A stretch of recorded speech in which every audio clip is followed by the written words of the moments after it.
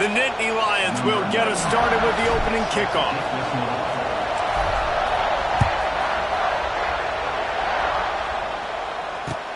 On the run from inside his own 5.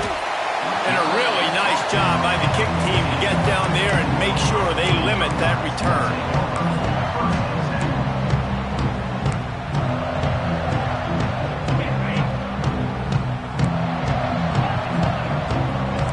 Defense going to jam these receivers right off the line. The give to the tailback. How about the power there to get it across the 20 and up to the 21-yard line? Well, it's plays like that that'll help this offense stay in rhythm all game long. If you can have that kind of success on first down running the football, it just opens up your entire playbook moving forward. From the gun, they'll try to impose their running game. They went right back to him, and this time the defense was all over him. Nothing to show for that run.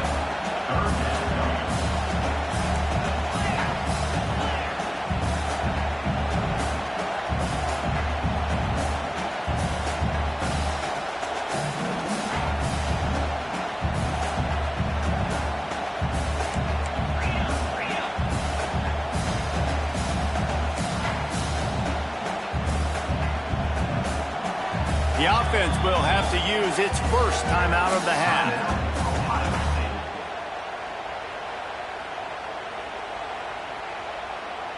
And the Buckeyes really need to keep this drive alive on third down. Sends it back in motion. Looking to throw, it's Sayin. They'll run the screen. And boy, is he close to that first down, maybe just a couple of inches short. The one thing that can derail this offense, a bunch of 3-and-outs. They won't do that here, but they might go 4-and-out if they don't convert.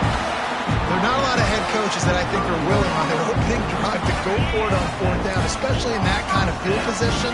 This head coach ain't scared. He believes in his running back. He believes in his offensive line to go pick it up, and that's exactly what they did. He's got it. A huge play there, and they finally get him out of bounds at the 37. Well, really nice catch there getting the first down. This dude at wide receiver, man, he is a playmaker. You think about Ohio State and the recent run they've had on first-round picks at the position. Michael Thomas, Jackson Smith and Jigba, Garrett Wilson, Chris Olave. This guy keeps making plays like that. He's got an opportunity to go in the first round. It's just so nice to have a QB under center. Nowadays in football, you can trust these guys. You put so much on their plate, and you tell them, go get positive yards when it's there. And a lot of these guys are such great athletes, they do it with ease.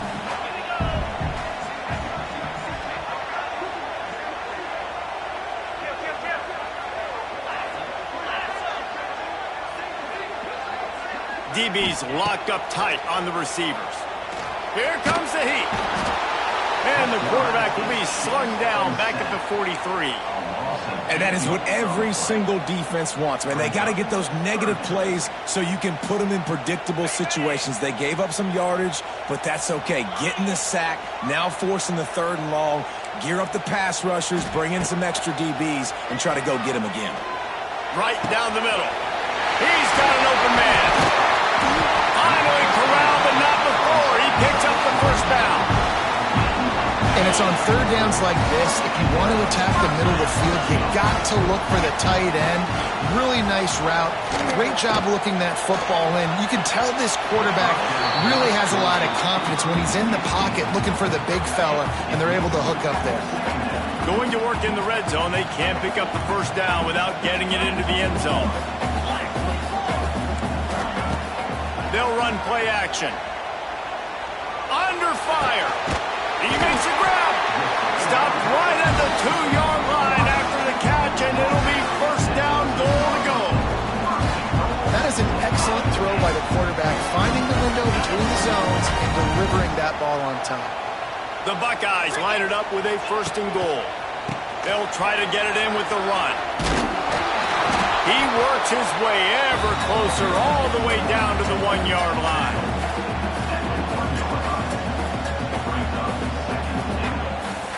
Looking for just 1 more yard. It's 2nd and goal.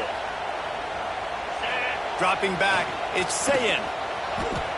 Flushed out of the pocket. Fires into the end zone. Just threw that one way too far.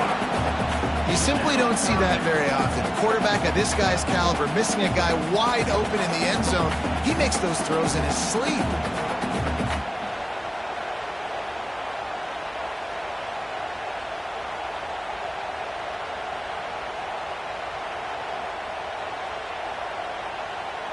After getting nothing on the last snap, let's see if they try to run it in on 3rd and goal from the 1.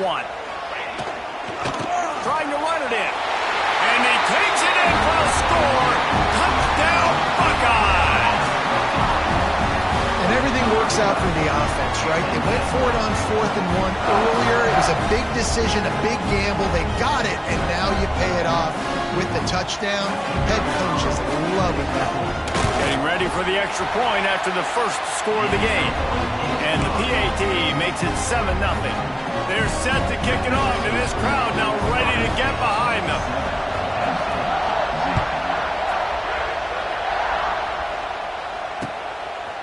He'll bring it out. It's Singleton.